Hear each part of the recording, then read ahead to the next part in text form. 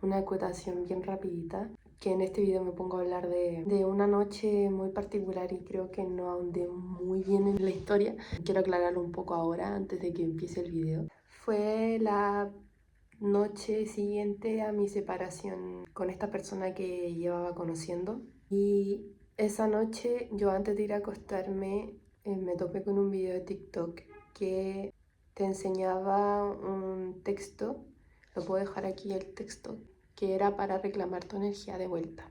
Yo nunca había hecho eso, no tenía tanto conocimiento de qué significaba hacer eso, pero sentí que sí podía beneficiarme porque yo dentro de todo igual sentía que mi energía estaba revuelta por todas partes. Entonces lo hice. En el momento no sentí nada, de hecho no pensé que se tenía que sentir algo. Me fui a acostar súper tranquila, pero mientras estaba acostada me invadió un dolor gigante en el pecho, en la garganta y a nivel de mi pelvis. No era dolor, sí, era algo muy distinto, era como que, no sé, como una especie de cosquilleo, de flujo de energía muy potente, un calor y cosquilleo muy fuerte. Yo sentía como si mi útero estuviera gritando, algo así. Y también tenía en mi cabeza la imagen de esta persona llorando, sufriendo en dolor. Y de ahí viene todo lo que vengo a contar después. De ahí parte porque fue una experiencia muy dolorosa. La primera experiencia como más psíquica que estaba teniendo, porque el dolor que se estaba manifestando era físico. Aparte de que se rompía la realidad porque yo sabía que no estaba viviendo un infarto, yo sabía que no era una crisis de pánico. Bueno, una ya las había vivido, esto no era similar a eso, y tampoco era un infarto porque estaba experimentando demasiados síntomas psíquicos al mismo tiempo que no tenían que ver con la parte más biomédica. Aparte que ridículamente yo igual tengo un conocimiento respecto a eso, soy enfermera y más encima hice mi internado en una UCI cardiovascular. Entonces yo más que nadie sabía que no era un infarto y que no había una explicación lógica para lo que me estaba pasando. Ahora sí, que siga la historia. Hola, yo no empecé haciendo esto sabiendo cómo iba a terminar. Nada de lo que yo he hecho en mi vida en los últimos 2 años ha sido sabiendo cómo van a terminar las cosas. He tenido que aprender a soltar el control absoluto de todas las cosas. Porque sí, pues son muchas cosas pasando. O sea, a ver, ya bajémela. Que en sí esto engloba igual todo el proceso de despertar espiritual, heridas emocionales y aparte mi vida terrenal. Entonces es como... Quiero volver a esa noche, a esa primera noche que fue cuando reclamé mi energía de vuelta y como que se me abrieron de golpe mi chakra corazón, mi chakra garganta y mi chakra raíz. De golpe, así. Era la primera vez que dimensionaba la cantidad de dolor que podía pasar una persona. Tenía una alta tolerancia, o sea, imagínense, yo me sacaba el pelo, yo me saqué todo el pelo de mi cabeza muchas veces. Yo me sacaba mechones. Ya, quizás eso no duele tanto, pero yo vivía haciendo cálculos renales. Tuve como 4 episodios de cálculos renales en 5 años, menos de 5 años. Me solía enfermar de cálculos renales y infecciones urinarias, eran muy recurrentes.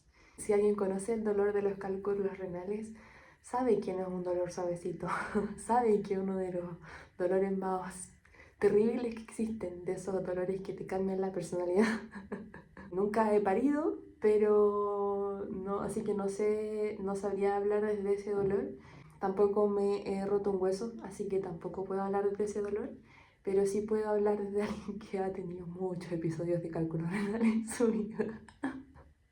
Ya, pues entonces, esta era la primera vez que sentía un dolor más allá de eso, pues, y multiplicado por mí.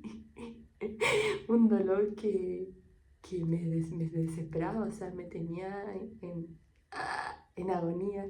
Y aparte que era un dolor, ni siquiera era un dolor relacionado conmigo, era un dolor relacionado con otra persona. era un dolor relacionado con él, porque yo lo veía sufriendo. Y eso era lo que me dolía. Estaba compartiendo su dolor conmigo al mismo tiempo. Y yo también, de haber estado expresando mi propio dolor, solo que en mi cabeza yo lo asociaba a él, ese dolor. Estaba asociado a él, no a mí, no a mis propias heridas, no a mis cosas. Entonces era desesperante. Yo sentía la urgencia, sentía el impulso de ir a buscarlo. En compañía de eso nacía un amor, pero inexplicable. O sea, yo me sentía yo me acuerdo que el pensamiento que más pasaba por mi cabeza era, weón, yo recibo un balazo por él si es necesario. O sea, no me importa, yo doy mi vida por él. A ese nivel lo amo, lo amo, lo amo, lo amo, obsesivamente lo amo. Era una weá obsesiva y era un pensamiento repetitivo aquí. Y acompañado de todo ese dolor, po. Era de película, de verdad que era de película. Y yo, la forma en que me regulaba era que en mi cabeza me visualizaba a mí consolándolo. Después me visualizaba a mí consolándome a mí misma. Esa fue la primera noche donde me sentí cobijada. Yo me sentía haciendo eso para él, pero al mismo tiempo sentía como yo me cobijaba a mí misma, como que a través de eso yo me estaba haciendo consuelo a mí misma. Pasaba de ser él a ser yo, sobre todo yo niña, yo chiquitita, yo pequeña, pasaba a ser yo haciendo eso con mi versión niña. Y esa era una asociación bien extraña, pero que me consolaba mucho en ese momento, mucho, mucho, mucho, que me tranquilizaba. El dolor no se fue, como dije, el dolor siguió por mucho tiempo, sobre todo el dolor del pecho, porque el sofocamiento de la garganta sí cesó. Y el flujo de energía aquí en mi pelvis también. Bueno, era tanto el dolor y esta urgencia que me acuerdo que dieron las 5 o 6 de la mañana y yo me levanté así, estaba despierta porque necesitaba ayuda, necesitaba que alguien me viera, necesitaba que alguien me ayudara. No sabía a quién acudir porque al médico no iba a ir porque sabía que no era algo médico y sabía que no me iban a entender lo que estaba sintiendo, sabía que nadie iba a ni siquiera escuchar las cosas que yo quería decir realmente. Imagínense ir a urgencia y decir, no, es que mire, me pasó esto, veo a este hombre en mi cabeza y por eso me provoca este dolor y estoy así, bla, bla, bla. O sea, no tiene lógica, no tiene lógica, no tenía lógica hacer eso. Sí recibí ayudas, me mostraron también el tema de las piedritas. La primera piedrita que elegí fue una piedrita verde y como que yo no sabía muy bien cómo hacerlo, sinceramente, solamente me aferraba a la piedrita, como que trataba de que cargarla para que pudiera un poco limpiar o no sé, lo que fuera que calmara un poco ese dolor, porque era un dolor horrible, pues sí. ¿Y no saludas de nuevo? Sí. Era un dolor que incapacitante, po. Y aparte que era muy nuevo para mí, entonces yo no sabía qué hacer, no sabía qué hacer. Y me la pasaba llorando, o sea, llorando, llorando, llorando todo el tiempo. Aquí empezó a pasar algo muy bonito, que de hecho esa mañana fue también la primera mañana que me sentí muy conectada con esa energía tan divina de la que nunca había sido consciente antes. Me acuerdo muy bien de cómo iba caminando ese día a las 6 de la mañana con una energía, no sé cómo describirla, o sea, imagínense una persona a las 6 de la mañana con un dolor de corazón, con un dolor de pecho. Yo me sentía en desesperanza, así me sentía. Caminando, entre que iba con desesperanza, iba muy apurada, así como que iba, así como rápido, así como muy rápido, desesperada por llegar al otro lado. Y perdía un nivel de que por primera vez no me importaba en mi entorno, no me importaba la hora, no me importaba nadie que pasara alrededor mío. Dejó de darme miedo cualquier persona, de si que alguien me fuera a asaltar, si que alguien me fuera... Nada, o sea, no me importó, no me importó nada. Muy fearless, no sé cuál es la palabra en español, no se me ocurre ahora. muy caballero de basto. Puta, no puedo hablar en términos... Bueno, el que entiende, entiende. Me cayó. Ya, pues, iba caminando así en ese estado. Iba con audífono. Y justo pasa un momento donde se corta la canción y hay silencio para que empiece la otra canción. Y en ese silencio escucho un centenar de pajaritos, pero así, un centenar. Y dije, weón, sácate el audífono al toque, sácate el audífono. Me saco el audífono. Oye, es que era un concierto. Era un concierto de pajaritos por todos lados y era hermoso. Era auditivamente lo más hermoso que yo había escuchado en mi vida.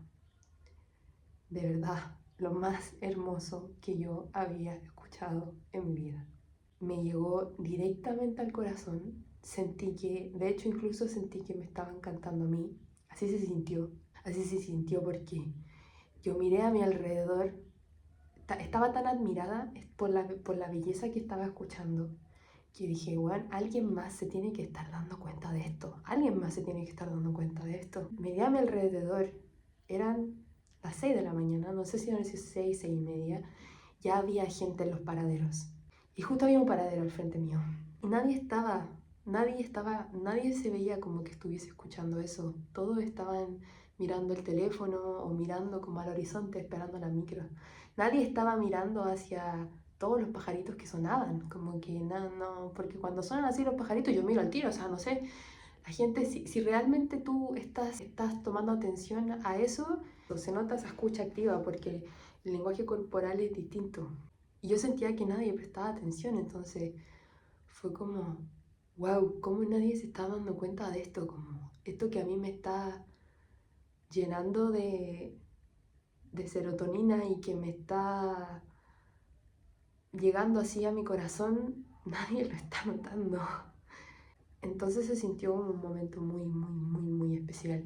Y me empecé a dar cuenta de que los pajaritos me perseguían. Empecé a mirarlos con más frecuencia y a escucharlos. Y una vez que los empecé a escuchar, como que me empezaban a venir a buscar. O sea, los pajaritos llegaban aquí. Yo vivo en un departamento, no tengo mucho acceso a la naturaleza aquí afuera. Tengo una gatita aparte, entonces no llegan pajaritos. No puedo acceder tanto a los pajaritos como alguien que tiene un patio, por ejemplo. Más encima estoy como pegado a un estacionamiento, pero sí justo tengo al frente como muchos árboles, un pedacito de muchos árboles que son, yo no sé identificar árboles, pero unos árboles bien grandes que están acá. Y me acuerdo que una vez también estaba acá en esta misma pieza, que esta antes era mi pieza, ya no es mi pieza, me cambiaba a la otra. Escuchaba a los pajaritos, como que sentía que venían acá a la ventana a llamarme, como que venían aquí por afuera del balcón, que lo tengo con malla, y empecé a salir y empecé a escucharlos y empecé a quedarme afuera mirándolos, escuchándolos por muchas horas. Sentía que me hablaban. Estaba en un estado tan meditativo que no era ni siquiera necesario meditar. También ahí empecé a ocupar menos el teléfono porque ya como que tampoco era muy necesario, o sea, estaba comenzando a tener como patrones obsesivos con respecto al uso de TikTok y por esta misma como añoranza y ansiedad por él, o sea, de todo el tiempo estar preparándome para reunirme con él, porque yo estaba obsesionada con esa idea de reunirme con él. Más encima, yo siento que todo esto fueron pruebas de fuego. Mis guías colaboraban directamente con esto. Ellos eran los que orquestaban esto, estoy segura. Porque todo el tiempo las señales de mi exterior estaban enfocadas a que esa reunión venía. No era que yo me lo estuviese inventando, me lo estaban diciendo por todas partes. Y que iba a ser ahora, así como hoy día. ¿Cachai? Entonces... y sí, pues si yo no miro para atrás, era un poco absurdo pensar que iba a pasar eso 2 días después de habernos separado. Pero como todo lo que yo estaba viviendo ya era surreal, no había mucho espacio para la lógica. porque me estaba dejando llevar en absoluto por lo que mi corazón estaba sintiendo. Y con razón igual, pues, o sea, sí, porque estaba atravesando mucho dolor, mucho dolor, mucho dolor, mucho dolor. Y el dolor transforma heavy, el dolor transforma heavy, entonces estaba muy enfocada en eso. No había mucho espacio para la lógica. Mira, yo me iba a acostar y después despertaba todos los días con la misma ilusión de que ese iba a ser el día en que yo lo iba a ver de nuevo, de que ese iba a ser el día en que él se iba a dar cuenta de lo mucho que me amaba de vuelta y que nos íbamos a reunir. Yo todos los días me acostaba y me levantaba con esa ilusión. Oye, y era una ilusión que me hacía pebre, o sea, yo creía realmente eso, yo lo creía de corazón. Pero aquí empezó a mostrarse realmente mi herida, porque estaba actuando, estaba necesitando eso desde la carencia, desde la carencia, porque yo lo único que quería realmente era que alguien me viniera un poco a salvar la vida, que alguien viniera a darme el consuelo que estaba necesitando, que alguien viniera a hacerse cargo de mi dolor por mí, que alguien sintiera más conmigo este dolor, ¿cierto? Porque yo necesitaba comunicarlo, necesitaba comunicárselo. Y cada día que no pasaba eso, era llanto, era pérdida, era terremoto, era rabia también. Era un cuestionamiento absoluto también de todo lo que había pasado mientras estábamos juntos, así como, ay, quizá no debía haber dicho esto, ay, él que se equivocó en esto, y claro, uno empieza a enjuiciar y se enjuicia a sí mismo también. Era horrible. Y era mucho dolor también, porque él no me veía de la manera en que yo lo veía a él, o si lo hacía, él huía de eso. Él no quería enfrentar eso. Esto es muy tierno porque fui a buscar mi libreta, que aquí está. Puta, es como si una niña estuviera escribiendo estas cosas. Algunas, porque fue madurando en el camino, porque yo también iba madurando a un nivel emocional con el tiempo. Pero eso también es lo que me ha traído este viaje, que me ha conectado full con mi niña interior. De eso se trata lo que estoy haciendo ahora, de complacerla a ella, porque eso fue lo que yo me prometí. Era tan fuerte esas pérdidas que atravesaba todos los días y ese rencor y había muchas cosas pasando al mismo tiempo dirigidas a él, que cuando me daba cuenta que el mundo no se acababa porque él no estaba en mi vida, cuando me daba cuenta que el mundo no se acababa cuando no pasaba nada realmente y yo despertaba en un nuevo día, cuando me daba cuenta de eso, sentía que yo seguía siendo más fuerte de lo que pensaba. Cada día me volvía más fuerte. Cada día me sentía más fuerte. También me daba cuenta de que aquí había algo detrás, de que yo estaba tapando algo más, de que había muchas cosas en las que yo no estaba siendo honesta conmigo y que tenía que empezar a indagar ahí, a meter el dedo en la herida. Mira, todo iba así como enfocado a él un poco. Yo me trataba de convencer que no, pero en verdad no era así. Sí vivía por él. Hasta que un día, no mucho tiempo después, fue el día 20 de agosto, fue el día que descubrí la verdad más dolorosa de mi vida. Fue el día que me acordé de cómo había sido violada. Cuando yo era pequeña, vivía en la casa de mi bisabuela. Yo todo el día que me quedaba con ella, porque mi mamá y mi abuelita trabajaban y ella tenía un negocio que lo arrendaba. Bueno, el señor que arrendaba ese negocio, ese caballero abusó de mí por un largo periodo de tiempo, que empezó cuando yo tenía 6 años. El 20 de agosto fue el día que eso se reveló a mí de manera consciente, de manera clara. El proceso de cómo lo descubrí y lo que hice después creo que es bastante íntimo y prefiero reservármelo.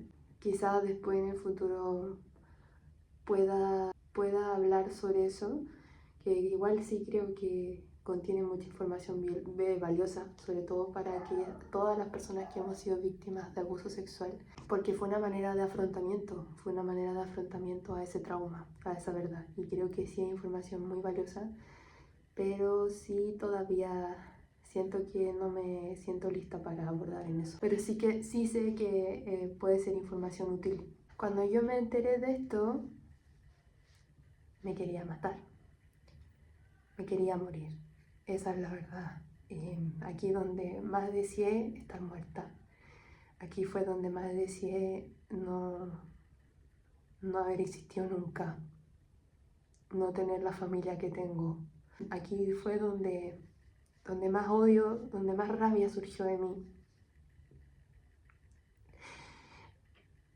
Pero también rabia conmigo misma y culpa porque yo no quería generar esa rabia, yo no quería generar esa ira, menos hacia mi familia, porque yo siempre he amado a mi familia, a pesar de todas sus cosas, a pesar de todas sus contras, a pesar de su forma de ver la vida, a pesar de sus carencias, a pesar de todo lo que ustedes quieran, yo siempre los he amado y siempre he querido perdonarlos y siempre he sabido que el camino es el perdón. Entonces aquí empecé a luchar mucho contra ese sentimiento porque por una parte quería dejarla cagada, por una parte de verdad que quería dejarla cagada, pero también por otra parte quería paz, no quería afrontar esto de esa manera, no quería eso, no quería tenerle rencor, no quería actuar desde un papel de víctima, porque también entendía que si lo estaba descubriendo ahora y de esta manera era por algo también, que todas las cosas que habían estado pasando habían pasado por algo, o sea, más que nunca me sentía muy sostenida, me sentía muy acompañada todos los días por mis guías. Sabía que tenía que mirar más allá las cosas, que no podía quedarme sumergida en la rabia, en el rencor, en la ira. Sabía también que había mucho dolor ahí detrás y había que afrontarlo, había que verlo. Eso era lo que yo tenía súper claro entonces, que yo quería perdonar, a pesar de que esa wea me costara y que yo la veía imposible en ese momento. La voz en mi cabeza me decía que había que perdonar. De alguna manera íbamos a encontrar ese camino del perdón. También la otra cosa que supe al tiro era que no le iba a contar esto a nadie, que no quería compartirlo con nadie. No quería llegar con mi historia a mi familia, porque, mira, yo creo que por varias razones, pero una de las principales era porque, bueno, el miedo, ¿cierto?, a que te invaliden tu historia. Y también un poco también la necesidad igual de no necesitar esa validación, de yo validarme a mí misma mi propia historia para un poco combatir ese miedo de que me la pudieran invalidar. Pero también sabía que era algo que no tenía por qué cargar sola. Bueno, y aparte todo esto, este viejo está muerto. Entonces no había mucho cómo hacer justicia, ¿cierto? Tampoco denunciar un hecho así 19 años después con un caballero que está muerto. No había mucho que hacer en ese sentido tampoco.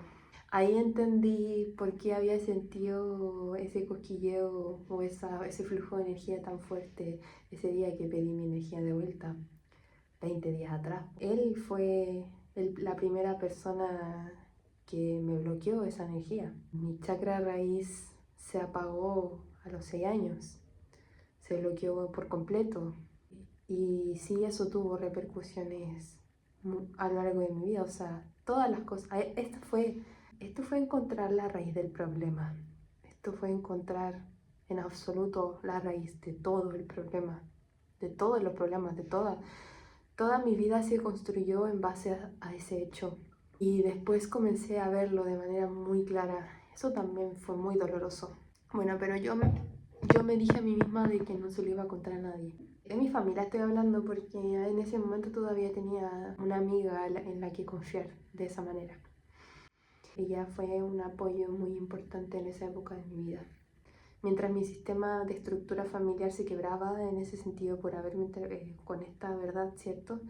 Ella se estaba convirtiendo en mi única familia.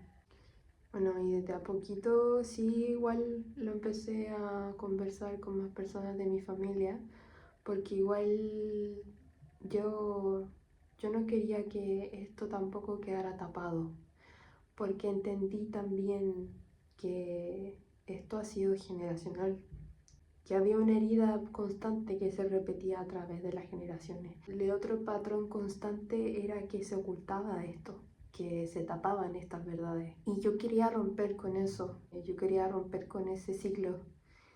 Y fue por eso que me acerqué a mi familia a compartir esto, pero también desde un lugar donde no, no desde el rencor, no desde la rabia, sino desde mi propia verdad. Lo único es que quizás estaba tratando de convencerme demasiado de que estaba bien cuando no lo estaba. Entonces siempre proyecté como esta imagen de autosuficiencia o de que nada me afectaba, cuando no era para nada así, pero era mi manera de protegerme también. Bueno, y a medida que yo compartí esa verdad con mi familia, todos se empezaron a dar cuenta también de que las señales de ese evento estaban por todas partes y que se habían ignorado, que no habían sido vistas con conciencia. No es que hayan querido ignorarlas a un nivel consciente, pero es cuando las verdades son tan dolorosas que es más fácil taparlo ahí con algo más y no querer verlo de frente.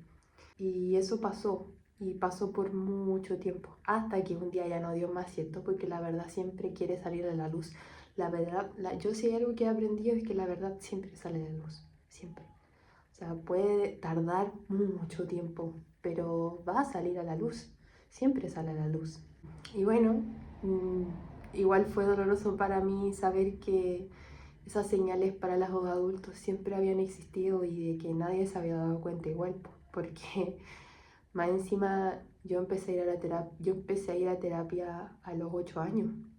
Yo cambié de profesional muchas veces también, o sea, imagínense la cantidad de terapeutas profesionales que vieron a una niña abusada, que estuvieron trabajando con una niña abusada y nadie se dio cuenta de que yo era una niña abusada.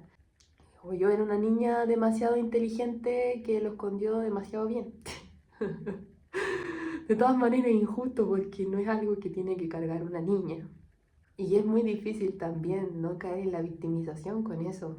Entonces, sí, pues mi vida se dio vuelta así heavy. No, me sentía muy abandonada. Me sentía, fue donde más abandonada me sentí. Por todos, por todos. Aquí voy a hablar desde mi herida, pero yo me sentía abandonada por todos. Entonces, más me aislaba, más me refugiaba en mí. Pero lo más importante de todo esto fue como empecé a ser muy consciente de mi carencia y desde dónde venía, desde dónde venía todo mi comportamiento, desde dónde venían mis heridas y cómo esas fueron proyectadas también en la relación con mi mamá, en la relación con mi papá, cómo ese abuso también se fue perpetuando a lo largo de mi vida, porque el ciclo de abuso se sigue perpetuando. Yo volví a sufrir de abuso a lo largo de mi vida, no una, no dos, no tres veces, muchas veces. Entonces, sí era demasiada información que asimilar para mi cuerpo. Fui consciente también de cómo mi cuerpo siempre había hablado por mí, de cómo mi cuerpo nunca lo olvidó, porque claro, puede ser que mi mente haya querido manipular la información y esconderla para siempre, ¿cierto? Pero por protegerme, obviamente, pero mi cuerpo siempre se acordó, mi cuerpo siempre lo supo, y fue mi cuerpo quien me comunicó todo, y yo por primera vez lo estaba escuchando. Y en paralelo a todo eso también nació una forma de reconocimiento hacia mí misma, hacia esa niña. Yo ahí me abracé y no me solté nunca más. Me convertí en el adulto que esa niña necesitaba. en la persona en la que esa niña podría haber confiado. Ahí fue donde me prometí también que le iba a dar la vida que quisiera, que iba a hacer todo lo posible para que de ahora en adelante tuviéramos lo que en verdad nos merecíamos. Nos íbamos a dar la vida que nos merecíamos y que también no íbamos a permitir que nos volviera a suceder algo así.